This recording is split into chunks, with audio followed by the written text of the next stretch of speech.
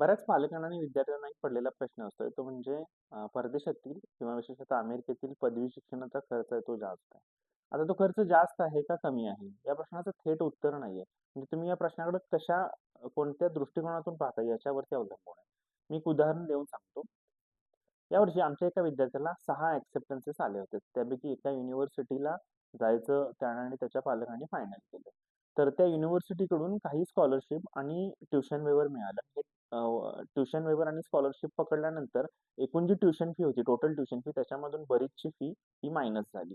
आता मायनस झाल्यानंतर राहिलेली जी फी होती भारतीय रुपयांमध्ये ती मी ज्यावेळी कन्व्हर्ट केली, तर त्यावेळी असं लक्षात आलं, की वर्षाला त्या मुलग्याला युनिव्हर्सिटीचं ट्युशन फी आणि तिथला जो राहण्या-खाण्याचा खर्च आहे, हा जवळपास ₹10,00,000 एवढाच भरावा लागतोय.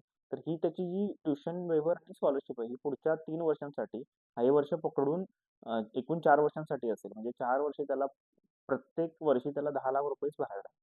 आता भारतातील विद्यापीठांकडे किंवा काही प्रायव्हेट कॉलेजेसचं जर तुम्ही कंपॅरिझन या परिस्थितीबरोबर केलं, तर लक्षात येईल तुम्हाला काही इंजिनिअरिंग कॉलेजेस जे आहेत, चांगले इंजिनिअरिंग कॉलेजेस त्यांची सुद्धा तिथली ट्युशन फी आणि तिथं मुलांचा हा सुद्धा वर्षाला जवळपास 8 ते 10 लाखांच्या आसपासच जातोय किंवा कदाचित थोडासा कमी सुद्धा असेल. पण 10 लाखांच्या एका चांगल्या वर्ल्ड मधल्या टॉप नॉच युनिव्हर्सिटीमध्ये जर शिक्षण मिळत असेल तर नक्कीच ते शिक्षण खूप कॉस्ट इफेक्टिव्ह आहे असं म्हणायला हवं.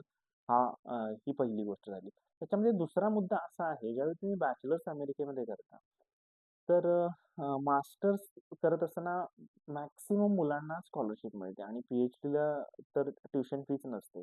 तर मास्टर्स आणि पी-एच-डी हे बहुतांश विद्यार्थ्यांचे अतिशय किमान खर्चामध्ये होऊन जातात. त्याच्यानंतर एक डेफिनेटली उज्ज्वल करियर जे आहे, ते करियर तिथलं अमेरिकेमध्ये 2 ते 3 डिग्रीज घेतल्यानंतर तर अमेरिकेमध्ये असो, युरोपमध्ये असो किंवा भारतामध्ये असो किंवा जगभरात इतर कुठल्याही ठिकाणी असो, नक्कीच त्या मुलांचं जे करियर आहे, ते करियर उज्ज्वल राहतंच.